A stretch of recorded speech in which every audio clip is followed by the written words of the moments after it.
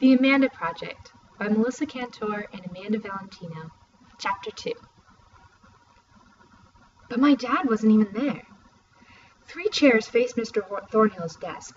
The middle one was empty, while the other 2 were filled by Nia Rivera, the biggest freak in the 9th grade, and Hal Bennett, who I guess you could call was a recovering loser. All through middle school, Hal had been this beanpole who wore high-waisted, too short pants and looked like his mom cut his hair by putting a bowl over his head and trimming around the base of it. He must have spent his summer watching Queer Eye for the Straight Guy, because when we got back to school in September, he had become uber cool. Now he wore vintage t-shirts and worn jeans that he had totally filled out, if you know what I'm saying. And his dark blonde hair had this whole shaggy but style thing going on.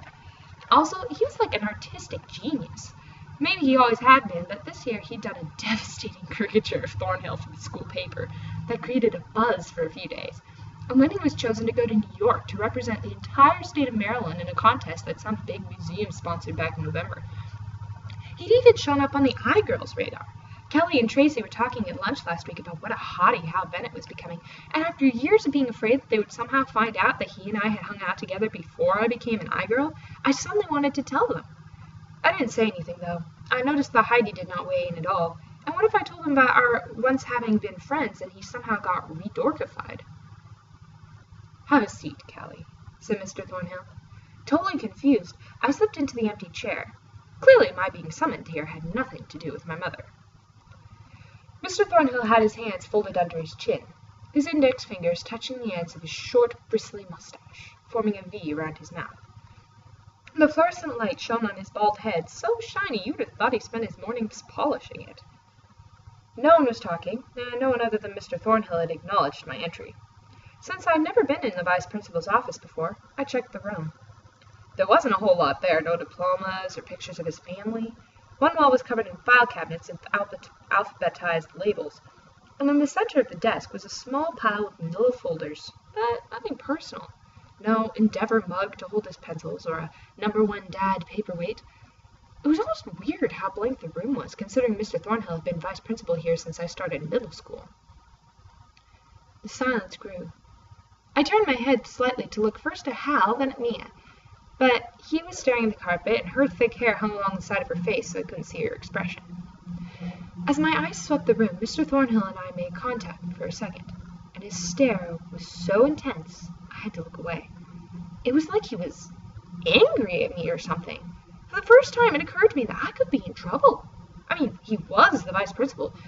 I tried to think of a rule I might have broken recently, but it wasn't like I'd been smoking in the bathroom or not doing my homework or anything. "Well," he announced finally, "I think you all know why you're here." Okay, this was getting really weird. For the first time since Mrs. Leong called my name, I actually started to find the whole thing funny. I imagined telling Heidi, Tracy, and Kelly the story over lunch. And then it was like he thought I'd done something with Nia Rivera. For the past 2 years, the words Nia Rivera had been a guaranteed punchline with the iGirls, so I knew they'd crack up as soon as I uttered them. As it happened, Nia was the first to break the silence. "Actually, I have no idea why I'm here." She swept her long brown hair over her shoulder, not flirtatiously like an iGirl would have, but impatiently, like it was annoying to have hair.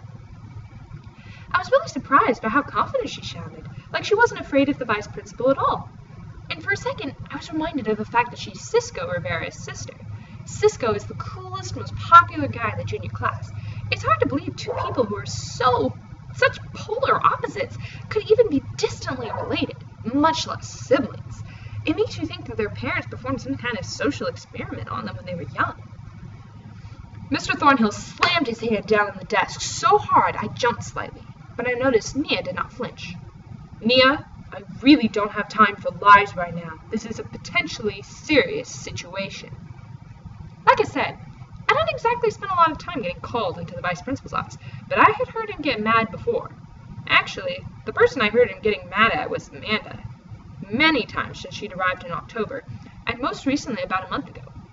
I'd come to the office to drop off a day's attendance slip for Mrs. Peabody, and his door was open and he was yelling at her. It was the day after the President's Day holiday, and the vice principal had opened the door to his office to discover a huge stuffed raven wearing a stovepipe hat sitting on his chair.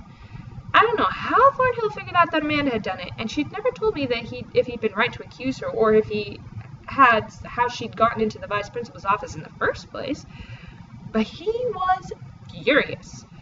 And that was far from the only time either. After the master clock in the office was rigged to run so fast so the school got out early 2 Fridays in a row, I could hear him yelling at her in his office while I was walking by in the hallway.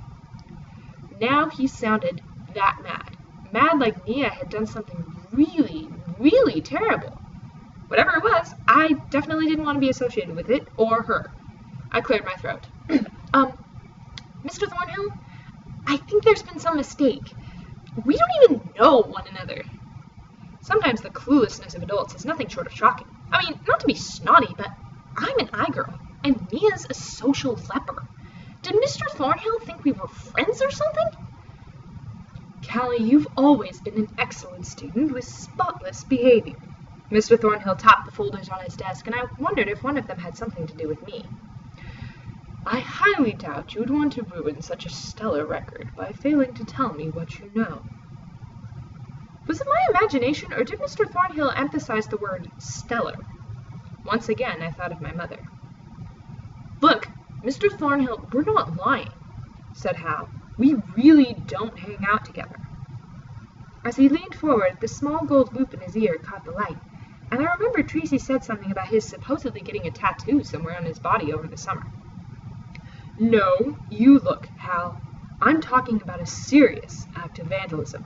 I want you to tell me what you know, and I want you to tell me now. Mr. Thornhill was so angry, a vein bulged on his neck. I actually felt a little afraid of him. This time, when I glanced over at Nia, she was looking at me, and I knew the what the hell look on her face was mirrored on my own. Why don't you tell us what you know? Said Hal. His voice was calm and soothing, like he thought Mr. Thornhill was crazy or something, which, given the circumstances, didn't seem so impossible. Mr. Thornhill leaned forward and jabbed his finger in Hal's direction.